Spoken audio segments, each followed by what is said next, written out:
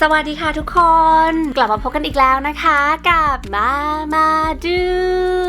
ถ้าเพื่อนๆคนไหนยังไม่ได้กด subscribe ให้กับช่องของเราฝากกดให้เราด้วยนะคะแล้วก็อย่าลืมกดไลค์กดแชร์เป็นกำลังใจให้เราด้วยนะตอนนี้มาดูก็มี Instagram แล้วนะคะฝากเพื่อนๆติดตามด้วยค่ะมาดู _channel วันนี้เราจะชวนเพื่อนๆมาแต่งหน้าด้วยกันจากเจ้ากล่องนี้ค่ะ Estee Lauder Holiday Blockbuster 2019 นะเดี๋ยวเรามาแกะดูข้างในกันดีกว่าพอเราแกะออกมาแล้วเราก็จะเจอกับเจ้านี่ค่ะกระเป๋าสีแดงใบใหญ่คือกระเป๋านี้น่ารักมากเลยอะค่ะเพื่อนๆคือมันดีอะเราชอบต้อนรับเทศกาลคริสต์มาสมากๆเลยนะเดี๋ยวเรามาลองเปิดดูข้างในกันพอเปิดออกมาแล้วเราก็จะพบกับเซตมากมายค่ะเดี๋ยวเรามาดูกันทีละตัวเลยนะคะว่ามีอะไรบ้างตัวแรกที่มีมาก็คือแกะไม่ออกนี้ค่ะ Makeup Remover นะคะตัวนี้เนี่ยใช้ได้กับทุกสภาพผิวเลยเพราะฉะนั้นเพื่อนๆก็ไม่ต้องกังวลเลยค่ะว่าที่ได้มาเนี่ยจะไม่เหมาะกับผิวเราหรือเปล่านะต่อไปเราจะมาดูในส่วนของ Skin Care กันก่อนนะคะก็จะมี3อย่างตัวเด็ดๆทั้งนั้นเลยค่ะเพื่อนๆก็จะมีตัวนี้ค่ะ Estee Lauder Advanced Night Repair Synchronized Recovery Complex 2 นะคะแล้วก็ตัว Advanced Night Repair Eye อันนี้เนี่ยค่อนข้างจะกระปุกใหญ่เลยค่ะเพื่อนๆ15 มิลลิลิตรถือว่าแบบเกือบจะเป็น full size คือตัวนี้แบบคุ้มมากๆอ่ะ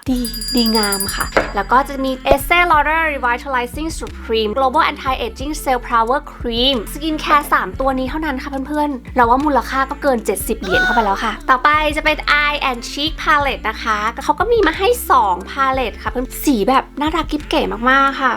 สีก็จะเป็นโทนสีนูดแล้วก็แกลมเหมือน glamorous ประมาณนี้นะคะเราคิดว่าในส่วนของตานะคะก็ยังมีตัวนี้มาให้อีกด้วยค่ะ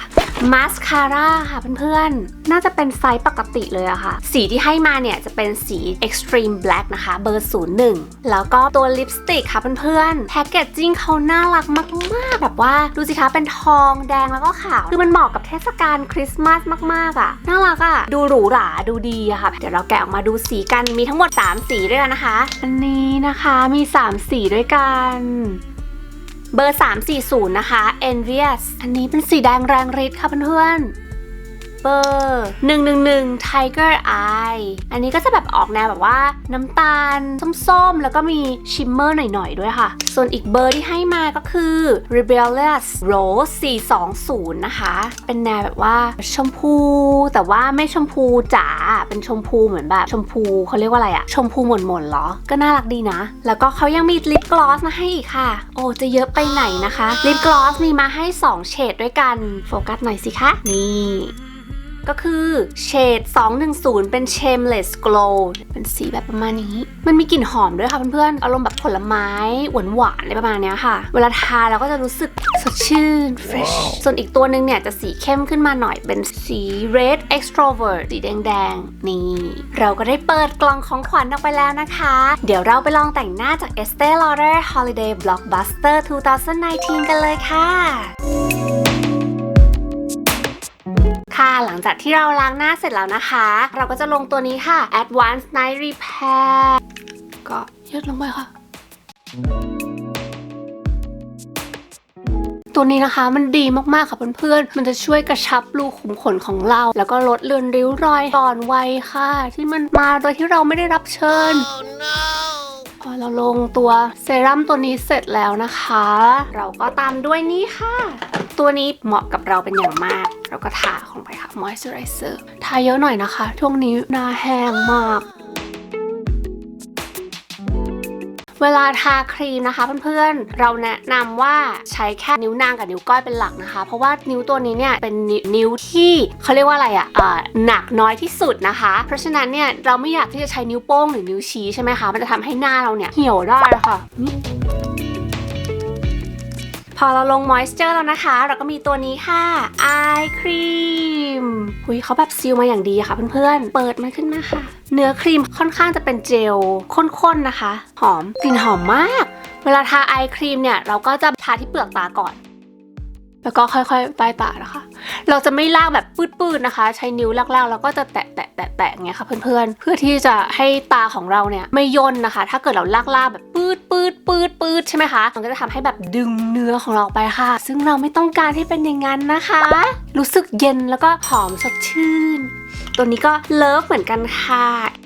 อันนี้นอกแบรนด์นิดนึงนะคะขอทาลิปมันหน่อยต่อไปนะคะเราก็จะมาลงรองพื้นกันค่ะ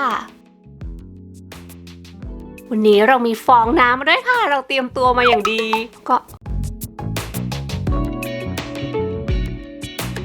คือการใช้ฟองน้ำเนี่ยนะคะเราไปถามเพื่อนเราที่เป็นกูรูแต่งหน้ามาแล้วค่ะเขาบอกว่ามันจะช่วยทำให้รองพื้นเนี่ยเกลี่ยได้ดีขึ้นนะคะแล้วหน้าเราก็จะเนียนทำให้เหมือนหน้าเราแบบไม่ได้ทาอะไรอะค่ะแล้วเราก็ลงแป้งฝุ่นแล้วเราก็จะมาลงในส่วนของตากันนะคะเราใช้เป็นนูดเราชอบสีนูดนะคะสีก็จะโทนแบบว่าน่ารักหวานอย่างเงี้ยเนาะตัวตรงเนี้ยค่ะมันก็จะเป็นอายแชโดว์หมดเลยแล้วก็ตัวนี้จะเป็นชีคค่ะสำหรับทาแก้มเดี๋ยวเราจะลงเบสด้วยสีนี้ก่อนริมนี้ค่ะสีเขาก็แบบสวยมากเลยนะคะเกลี่ยง่ายแล้วก็เราชอบที่มันมีหลายโทนสีให้เราเลือกนี่ค่ะพอเราลงเบสสีเนื้อแล้วนะคะเราก็จะเพิ่มสีสันหน่อยนึงมันก็จะเริ่มแบบว่านัวสีสวยขึ้นมานิดนึงแล้วเราชอบที่มันมีชิมเมอร์นิดหน่อยด้วยค่ะเพื่อน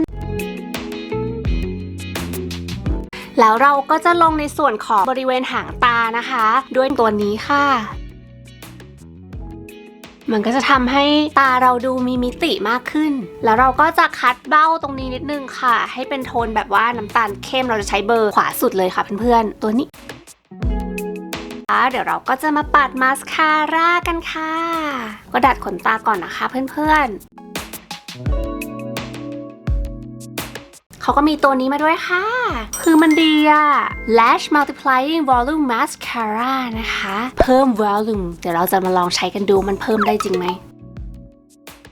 คือเราเป็นคนที่ขนตาแบบบางค่ะเพื่อนๆเราเคยคิดเหมือนกันนะคะว่าอยากไปต่อขนตาแต่เราก็กลัวเพราะว่าเรากลัวเวลามีใครเอาอะไรมาจิ้นตรงตาเรากลัวตาบอดค่ะเราก็เลยอาศัยพวกมาสคาร่านี่แหละค่ะแล้วเวลาปัดมาสคาร่านะคะเราปัดรอบหนึ่งก่อนค่ะเพื่อนๆแล้วก็รอให้มันแห้งนะคะแล้วค่อยลงอีกรอบหนึ่งค่ะเพื่อขนตาของเราอ่ะจะได้ยาวขึ้นค่ะเฮ้ยตัวนี้มันดีอะค่ะเพื่อนๆมันเหมือนว่ามันเพิ่มวอลลุ่มแล้วมันก็เพิ่มความยาวด้วยอะค่ะมันทำให้ขนตาเราดูหนาขึ้นเพื่อนเห็นไหมเรารู้สึกว่าเส้นขนมันนะมันดูธรรมชาติค่ะเดี๋ยวเรารอแป๊บนึงให้มันแห้งก่อนนะคะพัดไปค่ะเฮ้ยเพื่อนๆมันขึ้นมันจริงๆด้วยค่ะคือแบบเห็นไหมคะมันยาวอะเฮ้ยดีอะค่ะชอบมากเลยอะปลื้มเนี่ยค่ะมันขึ้นมาแบบนี่ให้ดูใกล้ๆค่ะนี่มันรู้สึกได้ว่ามันยาวขึ้นจริงๆอะดูดิเนี่ยค่ะคือดีอะเราปลื้มมากตัวนี้ wow. ปัดอีกวันนี้เอาให้ยาวที่สุดเท่าที่จะยาวได้ เดี๋ยวเราขอปัดขนตาล่างนิดนึงนะคะปัดยากจังพอเห็นไหมคะขนตาล่างอีกข้างหนึ่งกลัวจะทาเข้าไปในตาค่ะเพื่อนๆเราขอเช็คนิดนึงพอได้อยู่ตาเราก็เสร็จแล้วนะคะต่อไปค่ะคิ้วเป็นมงกุฎของใบหน้านะคะโอเคเราลืมบอกไปค่ะว่าวันนี้เราใช้ที่เขียนคิ้วของ Etude สีอยู่ไหนอ่ะทำไมไม่เห็นมีสีบอกเลยแต่เราจำได้เป็นสีน้ำตาลนี่แหละค่ะมันก็จะมีเป็นหัวแปรงแล้วก็เป็นตัวดินสอเราชอบ Etude มากเลยเพราะว่ามันใช้ง่ายแล้วมันก็เขียนแล้วมันก็เกลี่ยแบบเกลี่ยง่ายค่ะเพื่อนๆนะคะมันแบบเหมือนแท่งเดียวจบแล้วสีอันเนี้ยสีเนี้ยค่ะน้ำตาลเนี่ยเรารู้สึกชอบสีนี้เพราะว่าสีมันเข้ากับสีผมของเราค่ะประมาณนี้ปัดให้มันตั้งนิดนึงค่ะของ Etude นี่เขาก็ดีเหมือนกันนะคะเขามีแบบว่าที่เขียนคิ้วเนี่ยหลายเฉดให้เลือกให้เข้ากับเราค่ะอย่างตัวเราเองเนี่ยมีโทนสีน้ำตาลเนี่ยนะคะกับโทนสีเทาคือมันแล้วแต่ว่าวันไหนเราอยากจะให้หน้าตาเราดูเป็นยังไงถ้าเกิดเราเป็นสีเทาเนี่ยตาแบบว่าเกาหลีหน่อยๆแต่ถ้าเป็นสีน้ำตาลเนี่ยเรารู้สึกว่ามันธรรมชาติดีเพราะว่ามันเข้ากับผิวของเราด้วยแหละมั้งเราเป็นผิวเอเชียอะไรอย่างงี้ใช่ไหมคะมันก็เลยรู้สึกแบบสีน้ำตาลเนี่ยเข้าสุดแล้วแต่สีดำเลยเนี่ยเราไม่ชอบใช้ค่ะเรารู้สึกว่าหน้าเราจะเข้มเกินไปแล้วก็ดุเกินไปนะคะเพราะเราเป็นคนที่ตาโตอยู่แล้วถ้าเราทาคิ้วให้เข้มไปอีกเนี่ยจะทำให้หน้าเราดูแข็งแล้วก็ดุมากค่ะเดี๋ยวมัน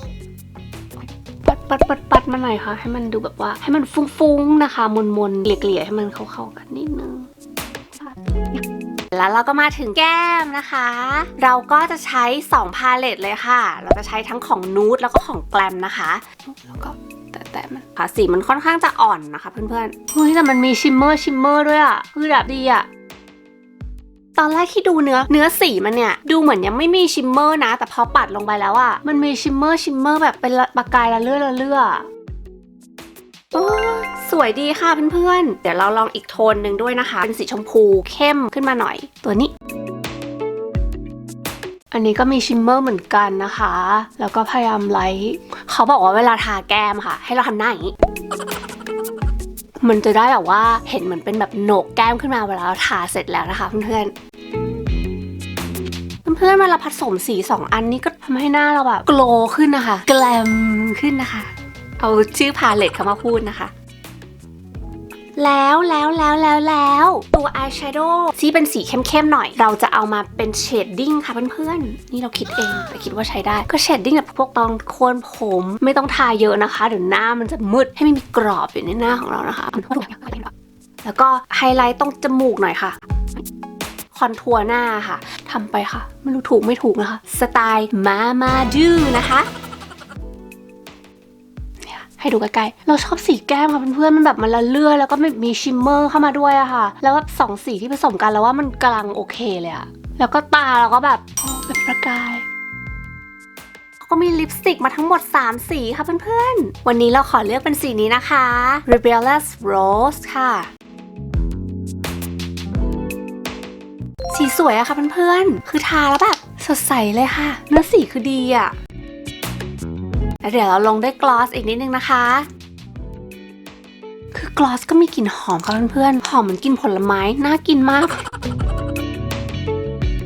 เสร็จแล้วค่ะทุกคนเป็นยังไงกันบ้างคะกับ Estee Lauder Holiday Blockbuster ที่มาดูนำมาฝากเพื่อนๆในวันนี้ถ้าเพื่อนๆคนไหนกำลังมองหาของขวัญสำหรับวันคริสต์มาสหรือปีใหม่เราขอแนะนำชิ้นนี้เลยค่ะวันนี้มาดูก็ขอลาไปก่อนนะคะแล้วสัญญาค่ะว่าจะนำคลิปดีๆมาฝากเพื่อนๆอีกแน่นอนค่ะแล้วพบกันใหม่ค่ะบ๊ายบาย